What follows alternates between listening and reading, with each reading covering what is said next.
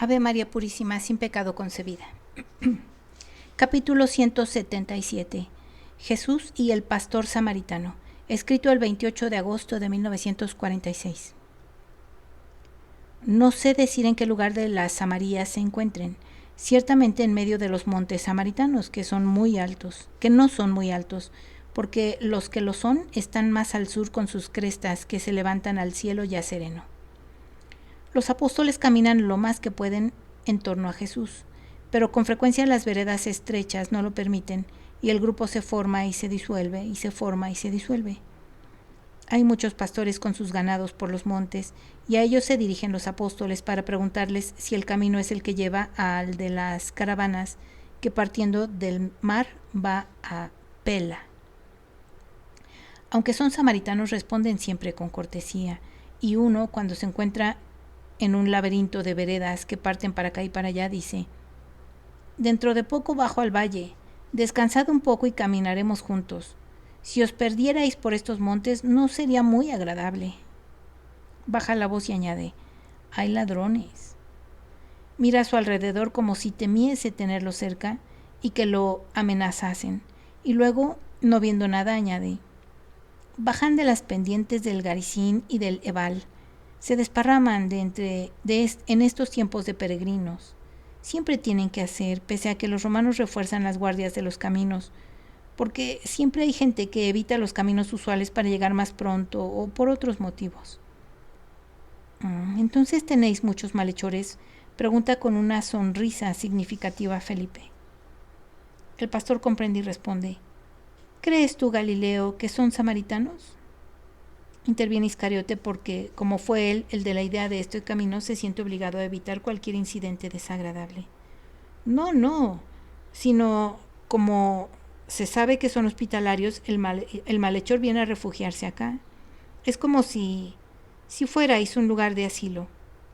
Los malhechores saben bien que nadie, Galileo o judío, los perseguirá aquí, y se aprovechan de ello. Estos montes... creí que pensabas en... Los montes, es claro, ayudan mucho. Los dos más altos, sin duda, sí. Pero ¿cuántos nos trae el Adomín y las barrancas de Efraín? De todas las razas, ¿eh? Los soldados de Roma son listos. No vienen a sacarlos de sus cuevas. Solo las sierpes y las águilas pueden conocer sus madrigueras y penetrar en ellas, y se cuentan cosas terribles. Pero sentaos, os voy a dar leche. Soy samaritano, pero también conozco el Pentateuco. No ofendo a quien no me ofende. Vosotros no lo hacéis, pese a que sois galileos y judíos. Se anda diciendo que ha surgido un profeta que enseña a amarnos.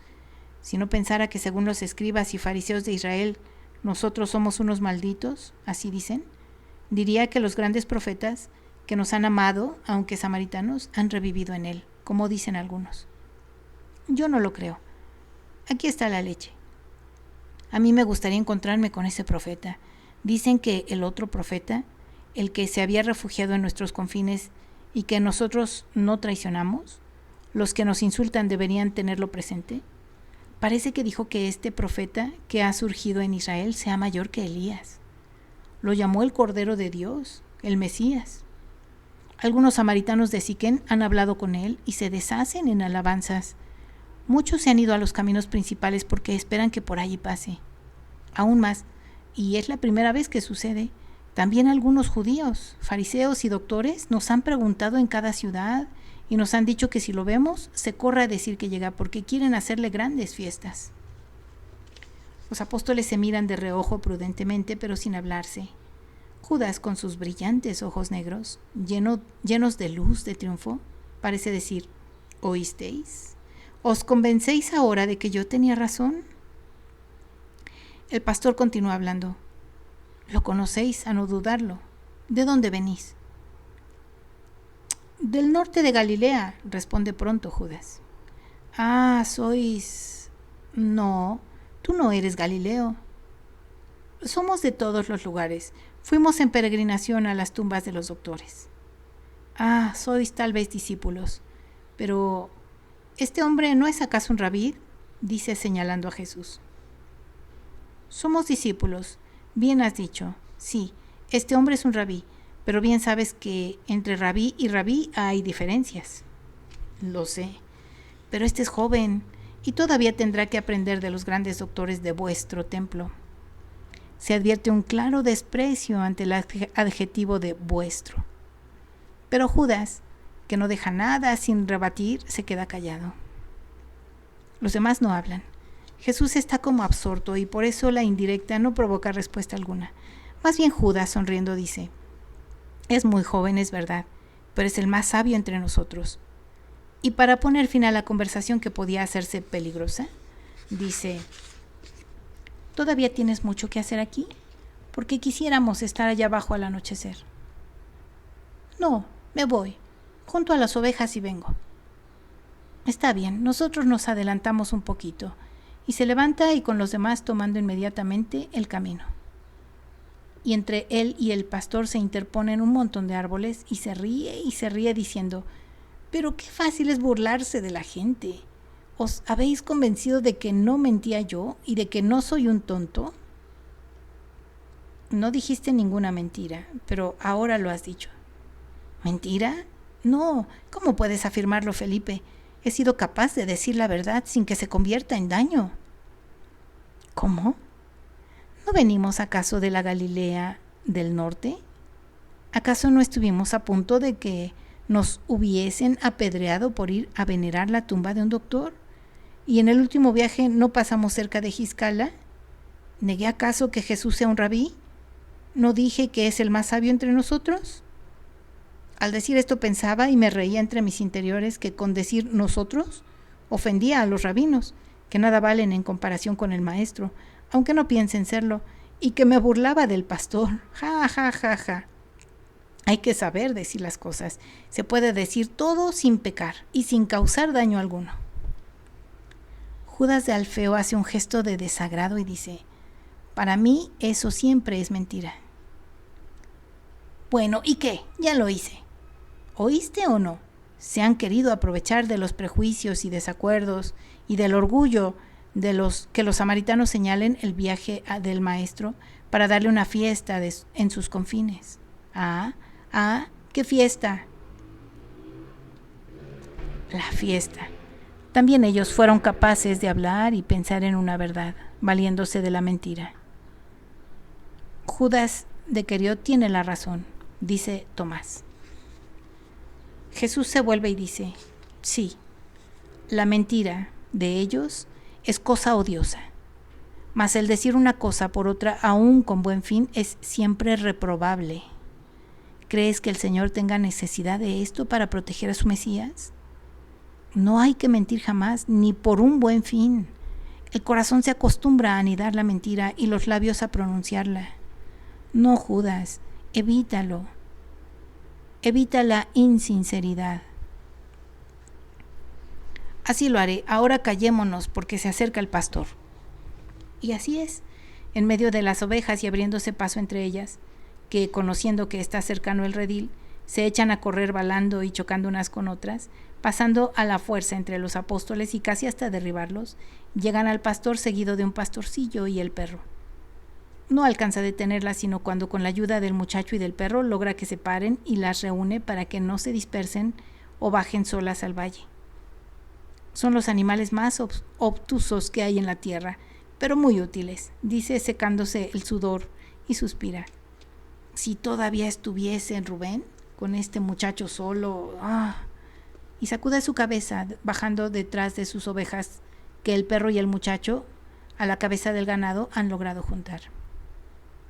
Y monologa: si pudiese encontrar ese profeta, aunque sea yo samaritano, le hablaría.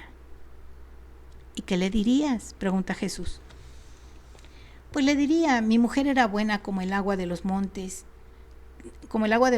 lo es para el sediento, y el Altísimo se la llevó. Tenía una hija buena como la madre, me la vio un romano, se enamoró de ella y se la llevó lejos. Tenía a mi hijo, el primogénito, era todo para mí. Se resbaló por el monte un día que llovía y se rompió la espina dorsal y está inmóvil. Últimamente ha empeorado y los médicos dicen que morirá. No te pregunto por qué el Eterno me ha castigado, pero te ruego que cures a mi hijo. ¿Y crees que podría curártelo? Claro que lo creo, pero nunca lo encontraré. ¿Y por qué crees? Pues porque él no es samaritano. Pero es un justo, es el Hijo de Dios, según se dice. Vosotros, en vuestros padres, ofendisteis a Dios. Tienes razón, pero también está dicho que Dios perdonará la culpa del hombre mandando a su Redentor. En el Pentateuco, poco después de que Adán y Eva fueron sentenciados, se lee esta promesa. Y el libro vuelve a repetirla. Si perdona esa culpa, ¿no podrá acaso tener compasión de mí, que no tengo ninguna culpa de haber nacido samaritano? Yo creo que si el Mesías conociese mi dolor, tendría piedad. Jesús sonríe, pero no dice nada. También en las caras de los apóstoles se dibuja una sonrisa que el pastor no observa. ¿Ese muchacho, pues, no es tuyo? ¿No es hijo tuyo?, pregunta Jesús. No, no es mi hijo. Es el hijo de una viuda que tiene 8 hijos varones y padece el hambre. Lo tomé para que me ayudase y como a hijo, para no estar después solo cuando Rubén esté en el sepulcro. Y suspira. ¿Y si yo te curase a tu hijo, qué harías de este? Pues lo tendría conmigo. Es bueno y siento compasión por él. Baja la voz para decir, él no lo sabe, pero su padre murió en las galeras. ¿Y qué hizo para merecerlo? Pues nada a propósito, pero su carro arrastró a un soldado ebrio y se le acusó de haberlo hecho de intento. ¿Y cómo sabéis que murió? Pues nadie sobrevive en el remo. Un mercader de Samaria que lo vio cuando muerto lo sacaban del cepo y que lo echaban al mar más allá de las columnas, nos lo dijo. ¿De veras le conservaríais contigo? Puedo jurarlo. Él infeliz, y yo infeliz. Y no solo yo. Otros han tomado los hijos de la viuda y ella se ha quedado con las 3 mujercitas. Demasiadas, pero es mejor siempre que ser 4 que no 12. Pues no hay necesidad de que jure. Rubén se va a morir. Ya se divisa el camino por el que transitan muchos peregrinos que se apresuran a llegar a los lugares de hospedaje, y la noche se acerca. ¿Tienes lugar donde dormir?, pregunta el pastor. No, a decir verdad. Te diría, ven, pero mi casa es muy pequeña para todos. Con todo, el aprisco es amplio. Dios te pague como si me hubieras hospedado. Sigo mi camino hasta que la luna se ponga. Como quieras. ¿No tienes miedo de perderte y de pasar malos ratos? De los ladrones me protege mi pobreza y la de mis compañeros. Por lo del camino me encomiendo al ángel de los peregrinos. Debo irme entonces. Adelante con el ganado. El muchacho todavía no sabe. El camino está lleno de carros y corre adelante para guiar sin peligro a las ovejas. Maestro, ahora viene lo malo. Hay que andar un trozo de camino entre la gente, susurran los apóstoles. Helos por el camino detrás de las ovejas que avanzan en fila apretujadas entre el monte y el cayado del pastor y la vigilancia del perro. El muchacho está ahora cerca de Jesús, que lo acaricia. Llegan a un cruce. El pastor ha detenido el ganado diciendo, mira, este es tu camino y este es el mío, pero si vienes hacia el poblado encontrarás un tercero que es más corto para llegar a la población cercana. Mira, ¿ves aquel sicómoro gigante? Ve hasta allí y luego das vuelta a la derecha. Verás una plaza pequeña con una fuente y después de ella una casa, negra por el humo, en la casa del herrero. Y más allá está el camino. No puedes equivocarte. Adiós. Adiós. Has sido bueno y Dios te consolará. El pastor continúa su camino y Jesús sigue el suyo. Alrededor del primero van las ovejas y alrededor del segundo van los apóstoles, 2 pastores en medio de su grey. Ya están distantes y separados por un grupo de casas que hay entre el camino principal que sigue el pastor y la vereda que se interna en un pobre suburbio del poblado y que creo que sea la más pobre, silencioso y solitario. La pobre gente está ya en sus casas y las puertas semicerradas dejan ver el fuego en las cocinas. La noche cae envuelta en las tinieblas. Nos detendremos apenas estemos fuera del poblado, dice Judas. Veo que allá hay casas en los campos. No, es mejor continuar. Los pareceres se dividen. Han llegado a la fuente y corren a lavarse y a llenar sus cantimploras. Allí está la casa del herrero, está cerrando su taller ahumado. Y allí está el camino que va hacia el campo. Lo toman. Un grito se oye de lejos de la población. ¡Rabí! ¡Rabí! ¡Mi hijo! ¡Ciudadanos, venid! ¿Dónde está el peregrino? Nos buscan, señor. ¿Qué hiciste? ¡Corred! Si llegamos a aquel bosque nadie nos verá. Corren a través de un prado cubierto del heno que acaban de cegar y llegan a un altozano y trepan por él y desaparecen seguidos por los gritos que han aumentado ahora y por gente que sale fuera del poblado gritando más bien que mirando porque la oscuridad impide distinguir los objetos y se detienen a los pies del altozano. Os aseguro que fue el rabí que estuvo en Siquén. Nadie más que él me ha curado a Rubén. Yo no lo reconocí.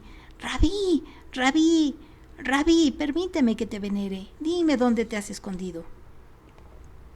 Solo él le corresponde. No debe estar lejos, dice el herrero. Pasó por delante de mi casa un poco antes de que vinieses. Pero no está, ¿lo ves? En el camino no hay gente. Debía él de seguir este camino. ¿Y no estar en el bosque? No, él tenía prisa. Y después trata de que un perro lo ayude y lo azuza. Busca, busca. Y por un momento parece como que el perro descubriese el escondrijo, porque se dirige al bosque después de haber husmeado el prado. Pero luego se detiene, levanta el hocico y después, engañado por no sé qué cosa, se va ladrando en dirección contraria y la gente detrás a la carrera. «Sea alabado el Señor», exclaman los apóstoles con un suspiro de alivio, y no pueden menos que preguntar al maestro: «¿Pero qué hiciste, Señor?» ¿Y cómo le gritan por haberlo hecho? Sabes bien que no te conviene que seas señalado, y tú... ¿Y no debía premiar una fe? ¿No está bien acaso que crean en mí, en el camino que va a Dotaín, de Dotaín a Pela? ¿Queréis acaso que no comprendan nada? Es verdad, maestro, tienes razón. Pero, ¿y si te descubrí el animal? Simón, ¿piensas que quien puede imponer su voluntad aún a distancia a enfermedades y elementos y arrojar demonios no pueda imponerla a un animal? Vamos a tratar ahora de llegar al camino más allá de la curva. No nos verán. Vámonos. Avanzan casi a tientas por el bosque hasta que encuentran el camino estrecho, blanquecino por la luna que ha salido, lejos del poblado, ocultado completamente por la colina.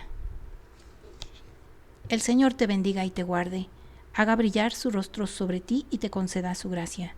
Que el Señor vuelva su rostro hacia ti y te conceda su paz.